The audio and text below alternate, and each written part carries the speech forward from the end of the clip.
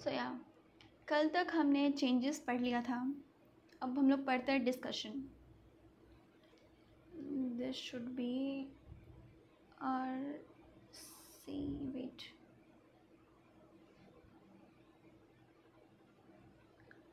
Are C या so RC. Majumdar ने कहा इसे एक नेशनल रेबेलियन. उनका मानना ये था कि अगर इस रिवॉल्ट को नेशनल रेबेलियन कहा जाता है तो जैसे पहले ट्राइबल रिवॉल्ट हुए थे, पीजेंट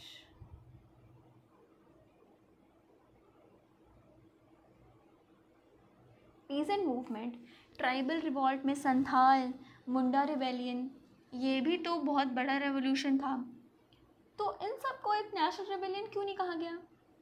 फिर वी.डी. सावरकर कहते हैं said this revolt as for first freedom struggle. He celebrated golden jubilee of this revolt in 1907 at India House in London. अब एक क्वेश्चन अराइज होता है, क्या ये फ्रीडम के लिए था? Was this revolt done for freedom? सो इसका आंसर क्या है वो हम लोग आगे देखते हैं. Bahadur Shah Zafar was unaware of this rebellion. उसको इस रेबेलियन के बारे में उनको पता ही नहीं था. उनको दिल्ली का एम्पायर घोषित कर दिया गया. Nana Saheb joined this revolt for not getting pension. उनको पेंशन नहीं मिला इसलिए उन्होंने रिवॉल्ट स्टार्ट किया.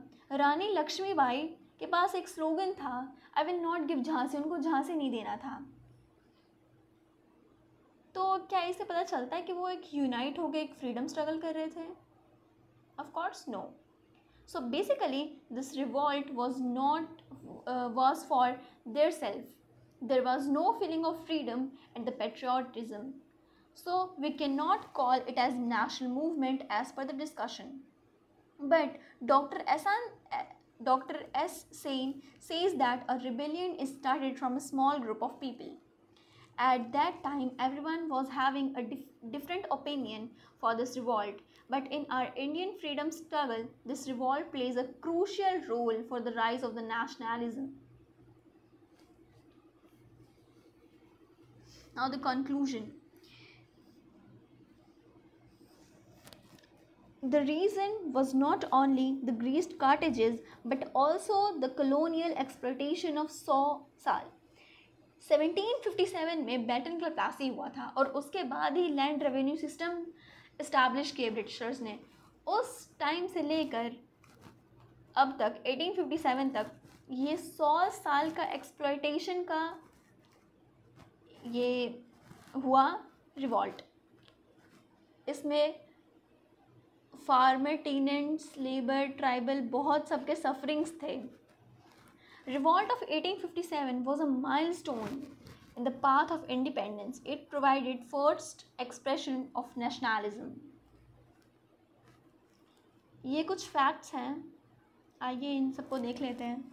The Revolt of 1857. Important facts. ये मैंने एक शॉर्ट नोट्स बनाया है ताकि आपको याद करने में इजी हो.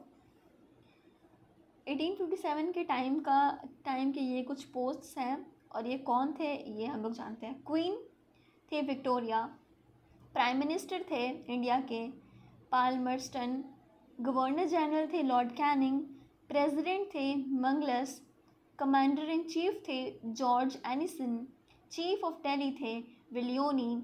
सिंबल था 1857 रिवॉल्ट का लोटस और ब्रेड. एम्पायर थे Bahadur Shah Zafar. Biggest contribution of the revolt and suppression Sikh Gorkha regiment. Opinions हम लोग देखते हैं अब बहुत सबके. वी.डी. सावरकर फ्रीडम स्ट्रगल कहा है इन्होंने. बेंजामिन डिसरेली ने इसको एक नेशनल रेबेलियन कहा है. टी.आर. मॉलमस ने war between barbarism and civilization कहा है. R L. Rees war of fanatics against Christians. James Outram result of Hindu Muslim conspiracy. Ashoka Mehta the great rebellion. R.C. Majumdar, so-called first national movement, freedom. John Lawrence and Seeley, military rebellion. Important books हैं जो कि 1857 के revolt के लिए लिखे गए हैं। सबसे पहला है वी डी सावरकर का, बुक का नाम है first war of Indian independence. Second, S N Sen की बुक है 1857। थर्ड, टी आर होल्मस, इनकी बुक का नाम है history of Indian mutinies. Fourth, Syed Ahmad Khan की बुक का नाम है the causes of Indian revolt. Six, R C Majumdar की बुक का नाम है the sepoy mutiny and revolt of 1857। Seven, Puran Chandra Joshi की बुक का नाम है रेबेलियन ऑफ 1857। अशोका मेहता की बुक का नाम है ग्रेट रिबेलियन। मोहम्मद सादिक खान की बुक का नाम है excavating truth unsung heroes of 1857। Then Shashi Bhushan Chaudhary की बुक का नाम है theory of Indian mutinies. So ये थी हमारी 1857 की क्रांति की कहानी। मैं एक बार सारी स्लाइड्स आपको दिखा देती हूँ।